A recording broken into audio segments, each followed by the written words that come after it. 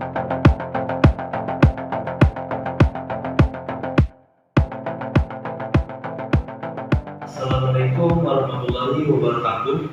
Perkenalkan, nama saya Zainur Arifin. Saya di sini sebagai guru BK bimbingan konseling. Sebelumnya, biar kita lebih akrab lagi, bolehkah saya memanggil kalian itu teman-teman atau kakak atau gimana? Nah, begitupun sebaliknya. Kalian boleh memanggil saya bapak, kakak, dan lain-lain. Sebagaimana kenyamanan kalian memanggil saya, dan begitu pun saya nyaman kepada kalian. Baik, di sini saya akan memanggil kalian itu teman ya. Sebelum kita memulai, sebelumnya bapak kesini bertujuan untuk mengambil data dari teman-teman menggunakan DCM. Nah, teman-teman di sini ada yang tahu apa itu DCM? Enggak ada yang tahu. Baik, DCM itu daftar cek masalah yang di dalamnya terdapat pernyataan-pernyataan permasalahan setiap individu yang dialami oleh saat ini. Baik, tujuan DCM ini bertujuan untuk mengungkapkan permasalahan-permasalahan yang sedang dialami oleh setiap individu. Bapak akan memberikan lembar kertas DCM ini. Di dalam lembar kertas tersebut ada beberapa aspek dan pernyataan-pernyataan yang teman-teman yang akan tertulis. Ya, atau pernyataan tersebut nanti itu berisi teman-teman pernyataan yang teman-teman alami saat ini. Nanti teman-teman isi. Nah, di sini ada lembar DCM. Teman-teman boleh dipersiapkan alat tulisnya karena untuk mengisi daftar cek masalah ini. Baik, saya akan kasih tahu cara mengisinya. Di kertas ini, DCM ini, di daftar cek masalah ini, di samping pojok kiri itu ada aspek masalah. Di sini di samping aspek juga, samping kanan itu terdapat pernyataan-pernyataan. Minimal itu ada pernyataan ada 5 atau 10. Nanti kalian bisa memilih di antara salah satunya. Nah, untuk ketentuan pilihan kalian itu terdapat pada di bagian pojok kanan, yaitu ada keterangan ya atau tidak. Nanti kalian atau teman-teman mengisi pojok tersebut atau ketentuan yang kalian pilih atau yang sedang teman-teman alami. Misalkan pernyataan aspek kesehatan. Pernyataannya yang pertama itu penyakit dari lahir. Nah, di situ ada untuk ketentuan kalian, tentuan jawaban kalian menjawab ya atau tidak. Boleh kalian isi contreng atau di bulat atau lain sebagainya.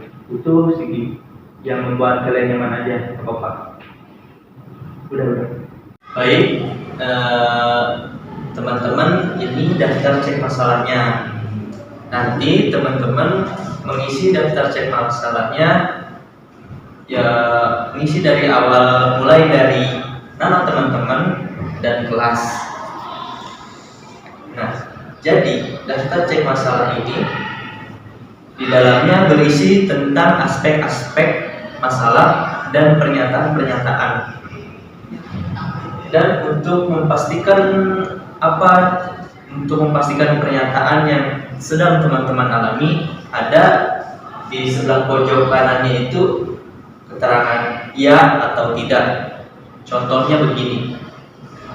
Ketika teman-teman mengisi daftar cek masalah ini, yang pertama itu pasti kalian membaca aspeknya. Aspek pertama itu aspek kesehatan. Nah, di dalam aspek kesehatan ada beberapa pernyataan yang sedang teman-teman alami. Jadi contohnya misalkan aspek pernyataan, aspek kesehatan dan pernyataannya itu eh, penyakit dari lahir. Nah, ada keterangan untuk menunjukkan itu kepastian teman-teman yang sedang alami atau tidak. Ada keterangan yang paling pojok sebelah kanan, ya atau tidak. Nanti teman-teman isi. Baik, sebelumnya untuk mengisi daftar cek masalah ini, bahkan baca doa basmalah, Bismillahirrahmanirrahim. Baik, Bapak akan bagikan daftar cek masalah ini dan siapkan alat tulis teman-teman ya.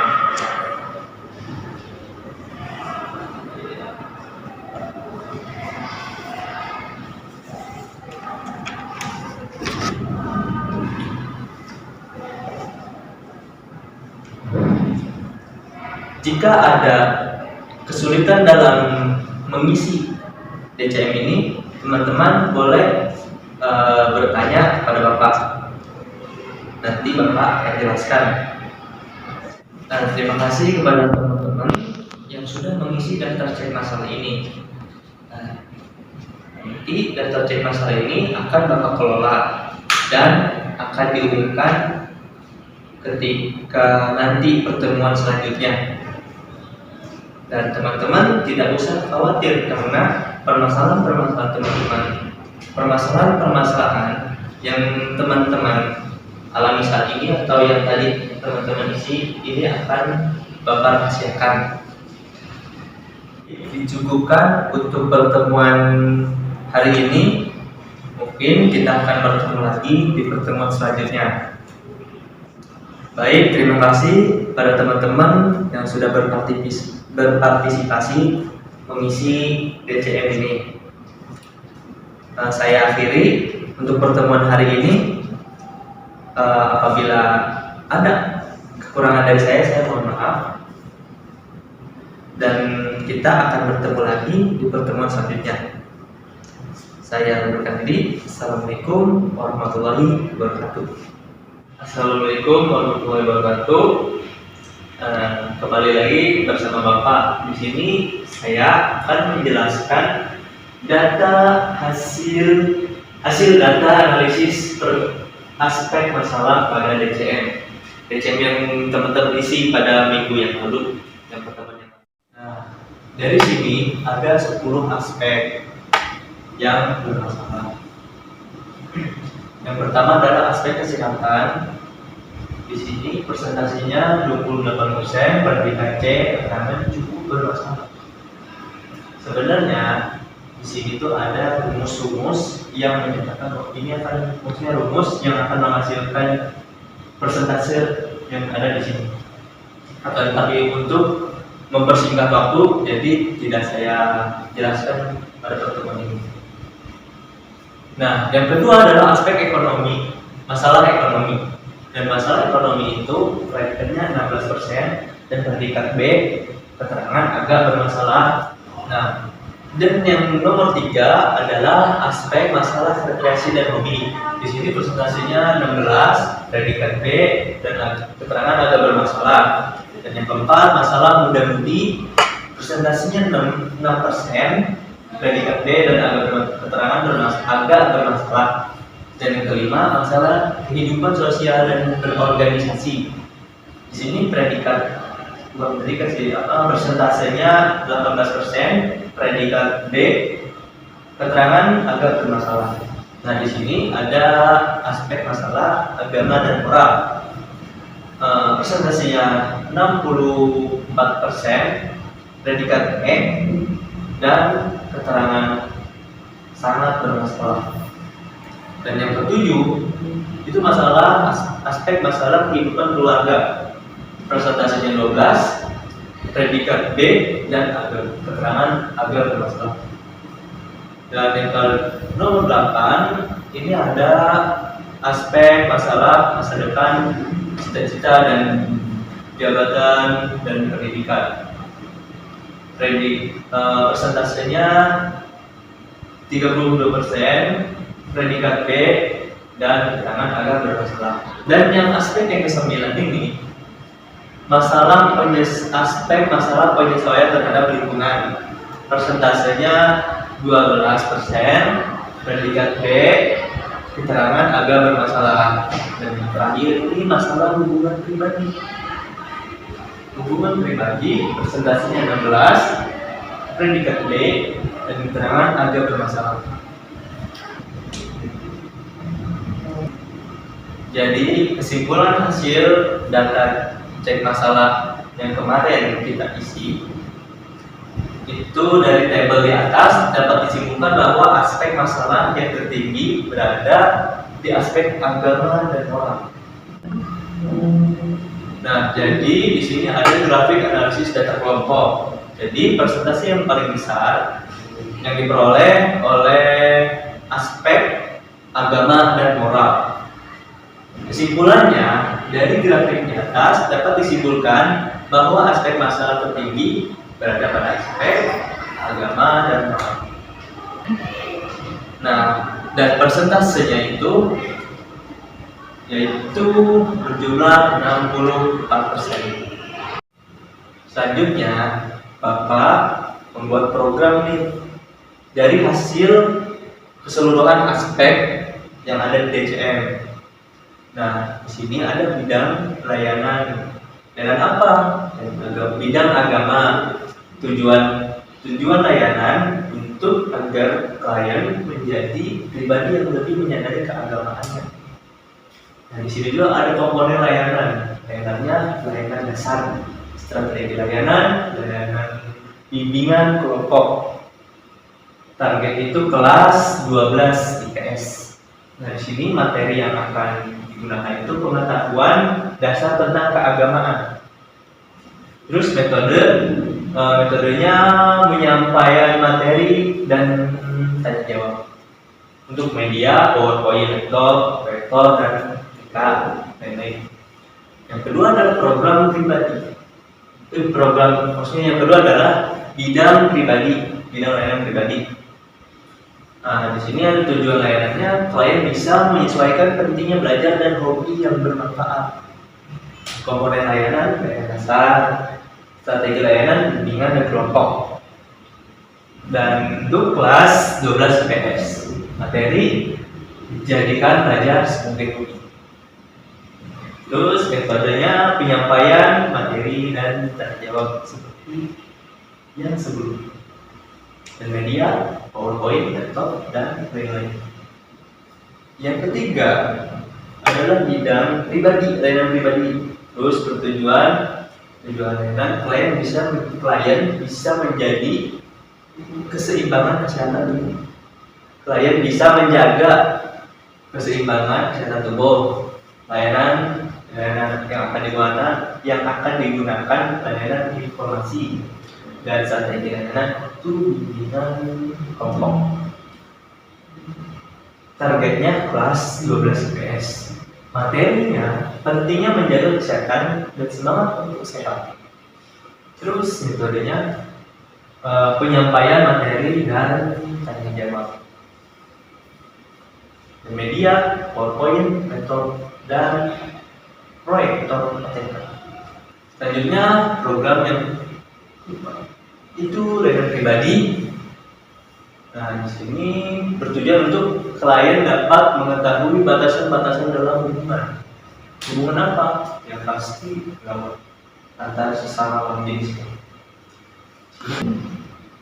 Materinya adalah batasan dalam berinteraksi dengan pasangan. Terus ininya penyampaian materi dan tanya jawab. Terus yang kelima layanan pribadi juga. Tujuan layanan ini klien mendapatkan kepercayaan dirinya.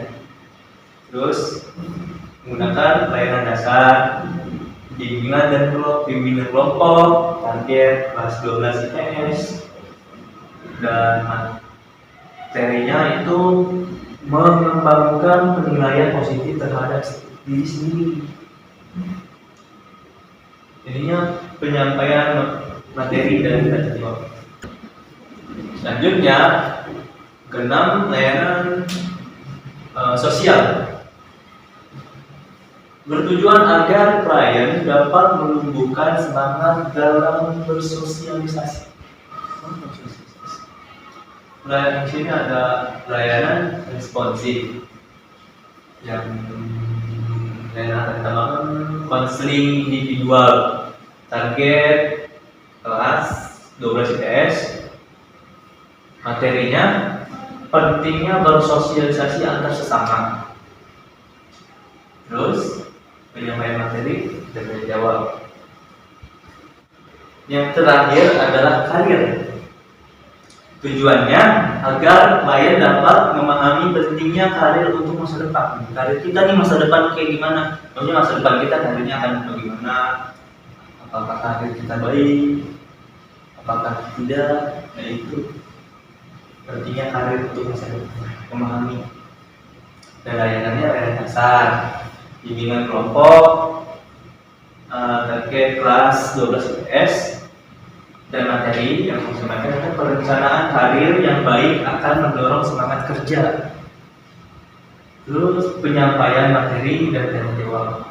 Medianya seperti yang sedia dari PowerPoint atau proyektor dan aplikasi.